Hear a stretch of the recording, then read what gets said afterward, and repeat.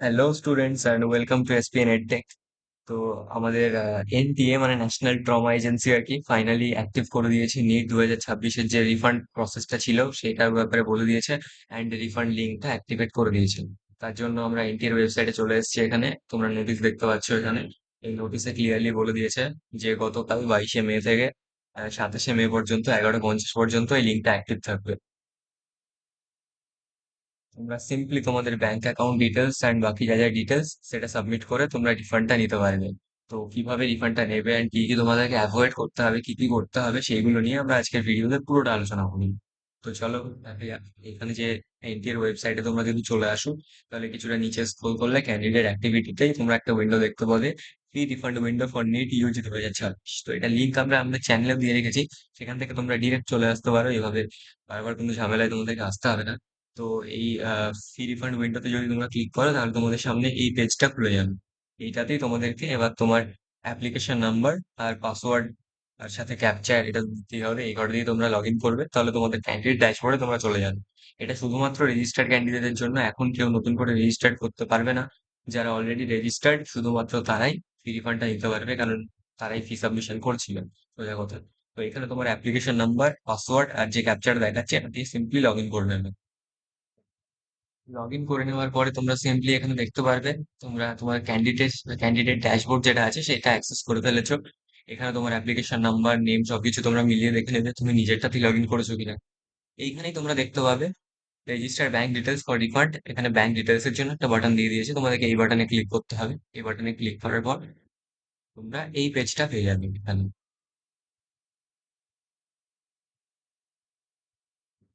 Sorry, এখানে application নাম্বারের আগে থেকে দিয়ে রেখেছিল।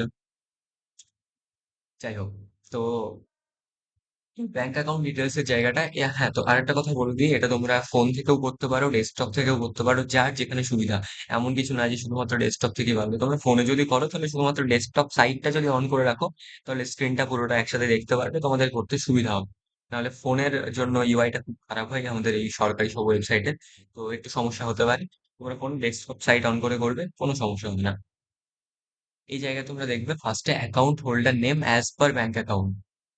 তোমরা ব্যাংকের পাসবুকটা নাহলে চেকবুকটা যাই নাও, তোমরা সাথে নিয়ে বসবে এন্ড ভালোভাবে খুব সুন্দরভাবে ডিটেলস গুলো অ্যাকুরেটলি দেখে ফিল আপ করবে। তোমার যা নাম ব্যাংকের পাসবুকে আছে মানে ব্যাংকের অ্যাকাউন্টে আছে, সেই নামটা এখানে ঠিকভাবে লিখবে, ক্যাপিটাল লেটারে লিখবে। ক্যাপিটাল লেখার লেটারে এখানে লেখা যাবে, যাই হোক। তারপর তোমার যে আইএফএসসি কোডটা আছে, ঠিক আছে, আইএফএস কোড আর কি, তোমার সেই আইএফএসসি কোড নাম্বারটা লিখবে। একটুও যেন কোথাও ভুল না হয়, পুরোটা দেখে দেখে লিখবে, কারণ এইটা তুমি পরে আর এডিট করতে পারবে না। তুমি যদি এর মধ্যে নামের কোনো বানান বা এফএসসি কোড বা তোমার অ্যাকাউন্ট নাম্বার, যদি অ্যাকাউন্ট নাম্বার এখানে দুবার কনফার্ম করতে হবে, বা তোমার ব্যাংকের নাম কিছু যদি ভুল করো, তাহলে তুমি পরে এটা এডিট করতে পারবে না। এনটিএ নোটিফিকেশনে ক্লিয়ারলি বলে দিয়েছে এটা পরে এডিট করা যাবে না। একবার জাস্ট তুমি সাবমিট করে দেবে, তোমার সেই অ্যাকাউন্টেই তোমার রিফান্ডের 1600 টাকা, 1700 টাকা, 9500 টাকা যাই হোক পাঠানো হবে। ফার্স্টে তোমরা অ্যাকাউন্টটা তোমার নামটা এখানে ফিল আপ করে দেবে, দেন তোমার আইএফএসসি কোডটা এখানে লিখে দেবে, অ্যাকাউন্ট নাম্বারটা এখানে লিখে দেবে, সেম অ্যাকাউন্ট নাম্বারটা এখানে আরেকবার কনফার্ম করবে। এই দুটো ম্যাচ করলে তবেই এটা ভ্যালিডেট হবে। অ্যাকাউন্ট নাম্বারটা এখানে তুমি কনফার্ম করার পর এখানে তোমার ব্যাংকের যে নেম আছে, তোমার সেই ব্যাংকের নেমটাও একদম ঠিকঠাক ভাবে এখানে লিখে দেবে।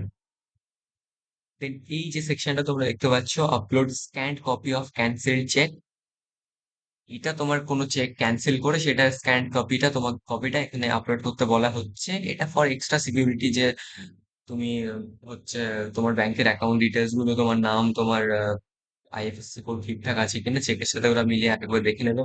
ওরা তো আর দেখবে না, সবটাই কম্পিউটারে চেক করবে। তো এটা অপশনাল আছে, এটা তোমরা না চাইলে নাও দিতে পারো, কোনো ঝামেলার ব্যাপার নেই।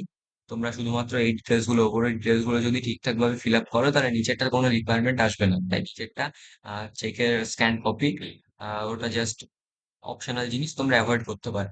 উপরে জিনিসগুলো ঠিকঠাক ভাবে তোমরা ফিল আপ করে এখানে সাবমিট বাটনে ক্লিক করবে। তার আগে এখানে তোমাদের একটি টিক বক্সটাতে মানে চেক বক্সটাতে টিক দিতে হবে। এখানে I have hereby verified the details entered and hereby declare that the information provided by me in this form is true and correct to the best of my knowledge and beliefs.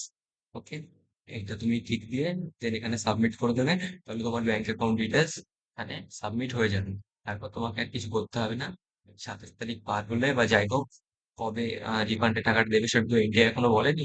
শীঘ্রই জানিয়ে দেবে আশা করি, তোমার bank অ্যাকাউন্টে পেয়ে যাবে। আর যদি তুমি এখানে চেকের যে ডিটেলসটা দেওয়া আছে, মানে চেকের যে কপিটা আপলোড করতে বলেছে, এটা যদি আপলোড করতে চাও তাহলে সেটা তোমার 50 কেবি থেকে 300 কেবির মধ্যে হতে হবে। এখানে এটা একটা নোট লিখে দিয়েছে, এটা তোমরা দেখে নেবে, 50 থেকে 300 কেবির মধ্যে আপলোড করবে, জেপিজি বা জেপিইজি ফরম্যাটে।